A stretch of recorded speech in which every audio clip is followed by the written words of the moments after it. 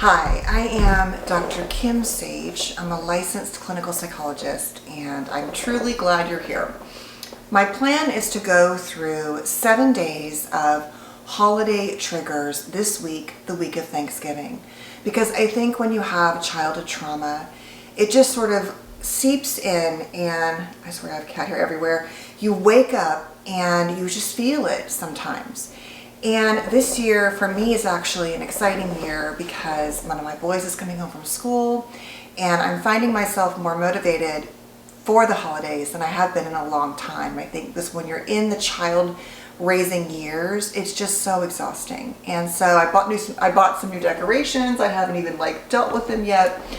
But it made me think a lot about, though, how we're always holding the fantasy versus the reality of our childhoods and our adult lives, and how that really plays out through the themes that we kind of are just constantly confronted with during the holiday season. So today's video is really about the core of childhood trauma and the triggers of the holiday season. And kind of we're going to go through some issues that we know are really triggering, and then talk about some things that you can do about it in each video. So I also want to preface this video by saying that it's been a rough week. I've been up since 3 with my cat, and my daughter was really ill this week. In fact, emergency breathing treatment ill, and it just has really dysregulated me, and also I may get sick. So if I do, of course, these videos will have to play out towards Christmas, but we will see. My goal is to have them each day for you. And so far, I'm not sick, so I hope that continues. Okay, so let's get into, though, really what happens. So the first thing is understanding when you are a survivor of childhood trauma, you kind of go into this season with some sort of underlying qualities and characteristics. Now, how much or not you have those obviously depends on your story. But just to kind of remind you about some of the traits of those of us who have especially relational types of childhood trauma, where there was some kind of violation of trust, physical, mental, or emotional, or all of the above in our childhood. And that could really be for lots of reasons, right? From the types of parents we had, to the caregiving we received, to things that happened to us. All of those things were out of our control. And so we have just become these adults who have tried to find ways to cope and deal. And so that is kind of how it plays out in things like not really knowing what is normal. Depending upon the degree of what happened in your home, the only frame of reference you have is your own story, and maybe your neighbors or other family. But as we kind of become adults, we have to really work on establishing what we want to be normal for how we show up, daily, let alone in the holiday season. We can have difficulty following through with things, difficulty being honest. We've been sort of taught to just not necessarily lie, but even to ourselves, just to minimize our pain or justify, and oh, well, they were traumatized, oh, they were having a difficult divorce, and all of those things may be true, but it often plays out in us minimizing our own pain too. We can have a hard time with judgment of ourselves and others. We can have difficulty around play and joy, and that is often what we see is the spirit of the holiday season, is all this just like childlike wonder. And that's kind of hard if you weren't allowed to be a lot in wonder, and yet you were still a child, right? So you had a child's eyes, but all of these images in the media about snowball fights or whatever, Christmas morning, may have been very different in your home. We often have a hard time taking ourselves anything less than seriously. That's the part of the play and the joy. So it's just like we can have this intensity to how we kind of show up in the world, and that can be really a contradiction from this time of the year. We can have a really hard time in relationships, managing our emotions around relationships and expectations, wanting to have approval and to kind of be seen finally. And then the stress of the holiday season, for example, like our partners, we want to feel that we're admired or part of that joy, and yet they're also stressed and exhausted, and so we can really set ourselves up for disappointment. We can be extremely overly responsible or not responsible at all, like that inner developed child didn't learn how to kind of be an adult grown-up, and so we can really swing from perfectionism and intensity and overachievement all the way to sort of like not taking responsibility, to, putting things off too long, and that can create stress. And there's just a lot of issues around emotional reactivity and triggers, because we often live in a very hypervigilant state, sort of scanning for threat. And also sometimes the opposite of that is going into a more collapsed state. So we're either like way up here, very stressed and anxious, or we're very shut down in our beds, or fatigued, or using substances, just trying to, or zoning out during to a Netflix binge watch, right?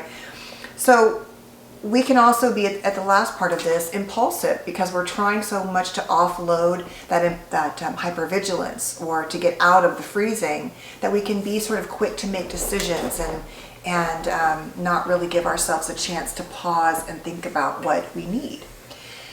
There are many more, obviously, but that is kind of the gist of it. And so oftentimes our development was limited. We can get stunted at certain stages depending upon what happened to us in childhood.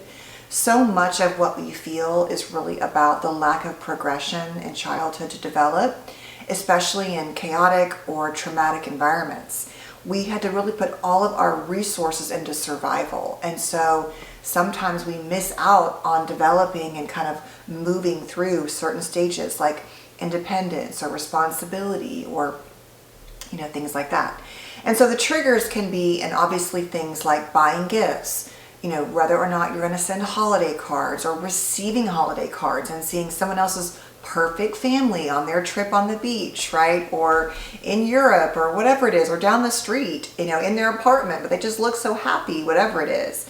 Things like music and smells and foods, movies, and just this really hardcore idealization of fantasy and childhood around the magic of the holiday season.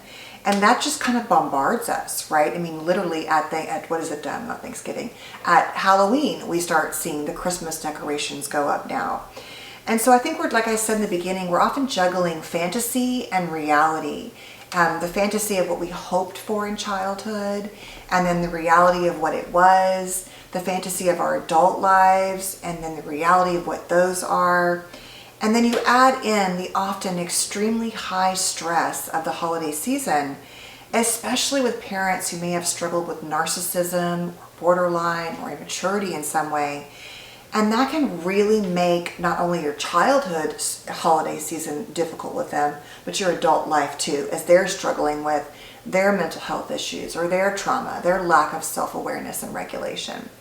And so as we look back on our childhoods, we can have a lot of disjointed memories where we had all these high hopes, but yet maybe every year at the Christmas table we were eating alone, or it was just a very small family, or there was always some big fight or some big drama in the family system. Or we had to maybe split holidays, and maybe at one house it was one way, and the other house it was another way, and all that goes with that. I talk so much, I truly believe, and I don't have the answers to this, but that divorce in many forms is really devastating for children. And we like to say, oh, kids are so resilient. And I just say, I don't think that we are. I think we just mask it and don't have the language for it. And then we spend our adult lives dealing with our resilience that no one understood, was just, coping and survival in childhood. And so at the core, what we're talking about for many of us with childhood trauma are violations, as I said, in trust and safety in some way. Safety in every way, emotional, physical, mental, and varying degrees of that. And then highlighted by our little child selves not having, the tools and capacity to know what we know now. Except now we are in our adult lives, and we do know a lot of things now, but we can't go back and rescue that child. And I think that is part of the dilemma. And so the question is, what can you do as you are an adult now, facing the holiday season and all the things that come up for you, whether or not you are alone or in a relationship or have children? I think it's important to kind of look at, first of all, the things that really do make a difference. Sorry, I have another cat hair in my eye. I have to fix my eye again. I swear Coco's hair, or her hairs are everywhere. And you might hear my daughter coughing in the background, but hopefully not. Hopefully she's just had a recent breathing treatment and is not coughing. Okay, So I'm laughing, but that was actually really stressful. I'm going to make a whole video about medical trauma. I have so much to share about medical trauma at some point, and so I would like to get to that down the road. Okay, so first of all, dealing with things like your sleep, right? Trying to prioritize, trying to manage your sleep issues, trying to manage exercise. Most of us this time of year, I know when it gets colder, we don't want to exercise as much. We're eating a lot of more, yummy, rich, dense foods. And that's going to happen, right? Whatever that is. But just trying to find little ways. Like, well, I did have pound cake at, my office today, but I could maybe, ride the bike for 30 minutes or maybe just take a walk around the neighborhood with the dog. And I will try to go to bed at not, midnight, but maybe like 10:30, something like that. So look at your sleep patterns. Look at your alcohol and substance use. I think substance use is actually a huge part of the childhood trauma because so many families normalize partying, and cocktailing, and drinking over the holiday season. And I truly do believe that a lot of trauma happens, whether it's inappropriate comments or, too long of a glance by an adult or just, the filter coming down by the parents. And I mean, I don't think that, occasionally that's a big deal. But we have normalized it so much and that there can be a lot of exposure to the impact, particularly of alcohol, although other substances obviously too, for kids that we don't have the language for. And I've talked about it on TikTok, but I really do believe, and I really should make more videos about this here, the impact of adult children of alcoholic parents is so significant. And it could be really high functioning, CEO type parents. It could be so many different degrees of that the child had to spend around parents who were truly, inebriated a lot of the time. So that's really true for the holiday season. So you want to look obviously at your own self and how are you dealing with substances and alcohol and what is your exposure at parties or events or, getting together with friends. Where do you feel comfortable and where do you kind of need to think about maybe you leave at a certain point because it kind of gets crazy at a certain point. Or you set a boundary for yourself about how many cocktails you want to have. Obviously, if you overdo it, you try to find grace and compassion and get up and move on with your day. So no shame around that, but just be mindful. Try to think about, because for many people, they drink so much on the weekend and then they're really depressed on Monday and Tuesday. And if you were already going into the holidays or this weekend feeling alone and sad, maybe you don't have a partner this year, or maybe you had a tragedy or a loss, it can really set you up to get in a really difficult spiral, not just for a couple of days, but for the weeks leading up to the holiday season or in the holiday season. You want to manage, your stress levels, your energy levels, trying to, like I'm saying, prioritize well-being in whatever ways you can, though I know it's difficult. Take breaks, take naps, take walks, do whatever you can. Think about maybe journaling during this time, making a list of things that are triggering for you and some strategies you want to use, or just maybe just like purging out whatever comes up for you. A couple more issues are managing your family, which is huge, and boundary setting. For so many of us, the triggers still exist inside these families. And it is a huge part of my course, which is like, what do you do when you are still in these really toxic relationships? I found that we talk a lot about what happened to us, but it's really a whole other thing to deal with those family today. Now, the flip side of that may be that you are in no contact. And so even though no contact is a healthier choice for you emotionally, that doesn't mean that you don't have the last thing, which is grief. Grief around what you wished you had, right? You watch a movie and everyone's at this big Christmas table and maybe it's just you and your child and you long for that, right? Or there's someone noticeably absent from your holidays now. It's because you had to set the boundary and you feel more peace and more joy daily, but there's also a reminder of what you had and lost, and also often a reminder of the traumatic memories associated with the holiday season or the people that you miss or lost for whatever reason now too. So honor that grief is going to be there. And you might consider writing a letter, to that person, but never sending it. Maybe it's anger. Maybe you need to just purge that out and not send it. But, finding ways to sort of honor that is important. And then what can you do? I think lastly, if you have children, remember that, it's never too late to start new traditions, to work on making positive memories, to reframe and create a mission statement that I talk about a lot for your family, but also for like how do you want to look back and remember the holidays? What does really matter and what doesn't? You know, I had to order new stockings for the first time after 20 years because our elderly cat last year who passed decided to make them no longer usable. And it was actually really fun today, you know, looking at new stockings. And I was like, oh, I kind of felt sad that I'll never have those, you know, vintage stockings. But there was something exciting about creating new memories and picking out new colors. And I don't know, it felt really good. And so maybe it's making the stockings with your children in new ways. But just finding our new ornaments or changing the color palette of your tree, which I'm also doing this year and did a couple years ago.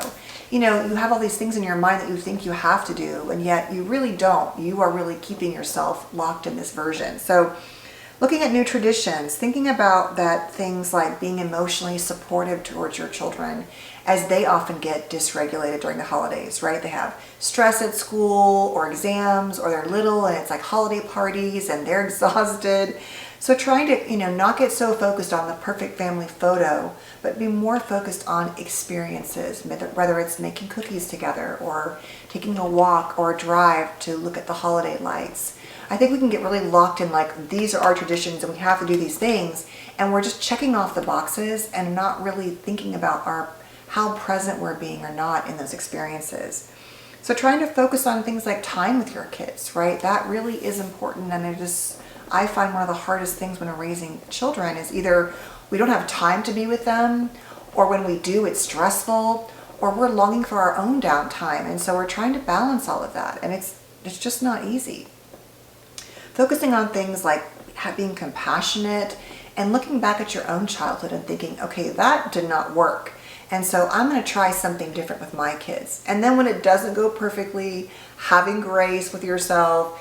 You know, I think for some families, they make like, we're going to watch each child open a package. And some people, that's great.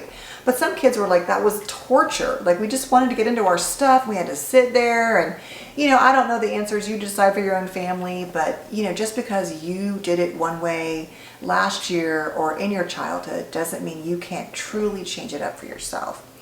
And then think about the expectations you're setting, you know, and looking at how are you showing up and how do you want to show up. And then I think it's important to hold in one hand that you are having these triggers and that it is hard this time of year. It really is. And then doing things like I said, creating new memories and new experiences and trying to pause and, you know, finding ways to create those little moments of joy. And then when you can't, you can't, right?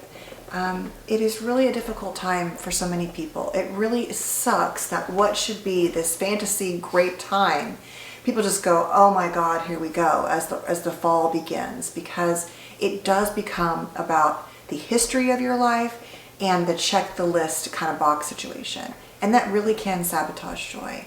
And so there's a lot of loneliness this time of year, a lot of sadness, a lot of loss and grief. And I think if you can make space for that, and think about things like finding, you know, some music to listen to quietly, or taking a walk, or doing a guided meditation. Just trying to slow down and honor that this is where you are, and you've come a long way wherever that is. It's never going to be the Christmas card perfect, or the Hanukkah card, or whatever, Kwanzaa, whatever you celebrate. It's never going to be perfect, or no holiday. Maybe you don't celebrate anything and you're like, I don't believe in those things, but I have to face a world that does, and that's difficult too. So whatever it is, I hope you'll find ways to just honor that you did survive your own childhood, but that you are no longer in it. And every holiday does not have to be a reminder of just taking you out of this current life and putting you right back in all of those emotions. You can honor and hold them and grieve them, but then try to find new ways to redirect yourself from your child life and holiday season into your adult life and holiday season. So take a breath, slow down, try to honor that you made it and that you will make it through, and try to focus on what matters to you, and shutting out the noise of the world and the media and people in your life that don't contribute things, and finding ways to prioritize you and your own life and your own story and your own healing. So Hopefully I'll see you tomorrow for another video this week. We're going to talk about memories and all of the things that really can be part of sensory triggers and some other ways to deal with those things. And so I hope to see you then. Take care and stay safe. Bye-bye.